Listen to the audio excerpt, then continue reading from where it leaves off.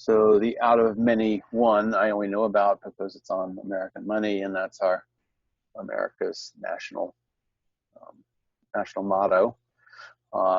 And we want, since we are talking about wise democracy, we do want a we the people consciousness. We do want a sense that we have a common nature and direction and purpose, values, whatever. But we want that rooted in our diversity and learning. We are many. That many is valuable. Using that diversity, that manyness, we can learn new things and generate smarter ways to do things. We don't want a oneness that is conformity or just following authority. That's not what democracy is about, a particularly wise democracy. That wastes the diversity. There's potential in the diversity, and if we make it uniform, in all the meanings of the word uniform, including militarization, it wastes the diversity that is there. But diversity can waste itself just by fighting amongst itself. So wise democracy is looking at how do we get a we the people that comes from deepening into greater insight, greater relationship, greater possibilities together.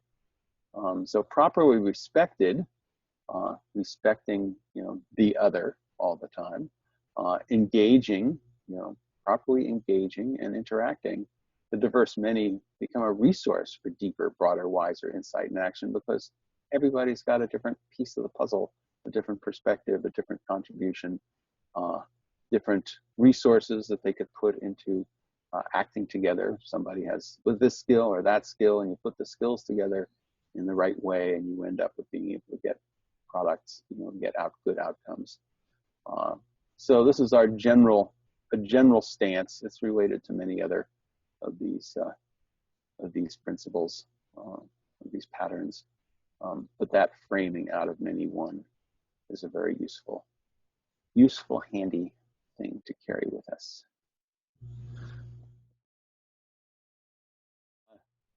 So dynamic facilitation is particularly good at that. The 35 and co-digital, these are the two prioritizations systems. One is face-to-face and the other is online. But it uses our diversity to come up with a list of prioritized, this is more important than that, list of whatever particular kind of thing we're working on. Of course, consensus does that. That's its whole purpose. And synonym is a really interesting process. It's spelled that way. It's not. It's a very weird use of the sound synonym. But it has people independently. They have a common. So okay, how do we deal with the homelessness problem? So each person in a group of 10 will write a little essay, say 1-page essay of here's how to approach this. And this is not face-to-face, it's all done digitally. And they read each other's essays. And then they can pick one of the essays to revise. It can be their own or somebody else's, but they're exposed and they're, okay, how can I take into account what they just read? So they revise it, create a new essay based on their new understanding. And then they put it all up into the computer again, and everybody reads each other's essays, and then they pick one and they revise it again. And apparently, usually they end up coming to agreement on, without ever having talked to each other per se. It's no dialogue, but they end up coming to a common document. And sometimes they end up with 2 or at most 3 nodes that sort of cluster into a common thing. And one of the interesting things is the computer is tracking which ones get picked. So if yours gets picked, you kind of get points in the system. And if you pick ones that most other people picked, you get points in the system. And if the project that you're doing is involving thousands of people in groups of 10, the next layer up picks one person from each group and collects them in groups of 10 again. And the person who is picked is the one who has the most points, kind of,